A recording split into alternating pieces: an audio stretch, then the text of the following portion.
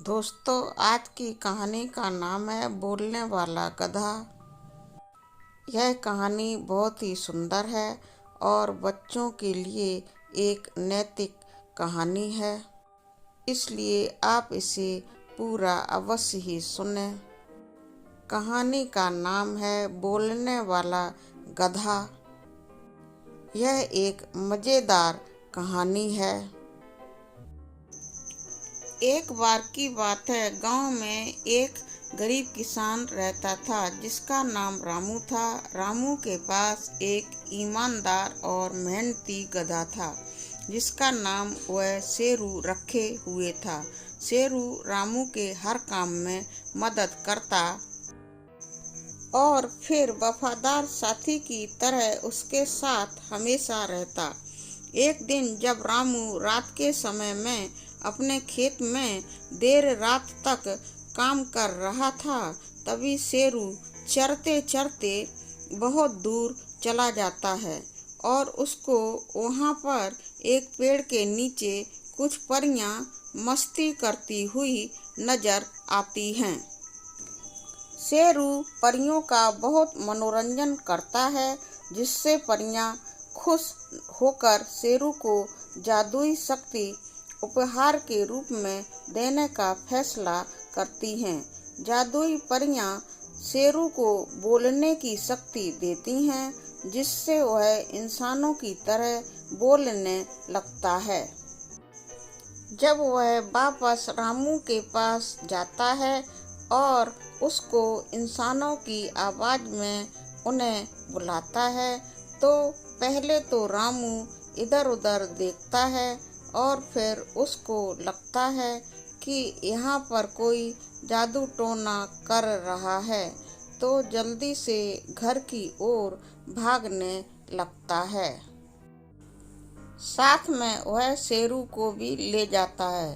रास्ते में चलते चलते जब वह गौर करता है कि शेरू ही उससे बात कर रहा है, तब वह दंग रह जाता है और अपना आपा खो देता है। फिर बहुत देर बाद जब रामू शांत होता है, तब शेरू बताता है कि उसे इंसान की आवाज़ कैसे मिली। कुछ ही दिनों में शेरू दूर दूर तक फेमस हो जाता है और उसको मिला यह वरदान अब नुकसानदायक बन जाता है। लोग दूर दूर से गधे को देखने आते और उससे बात करते।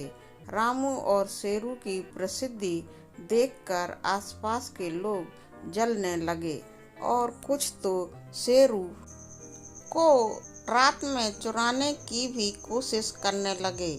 बहुत दिन तक रामू शेरू की देखभाल करने की कोशिश करता है, पर वह यह समझ गया था कि शेरू अब इतना फेमस हो गया है कि वह चाहकर भी उसकी देखभाल नहीं कर सकता है।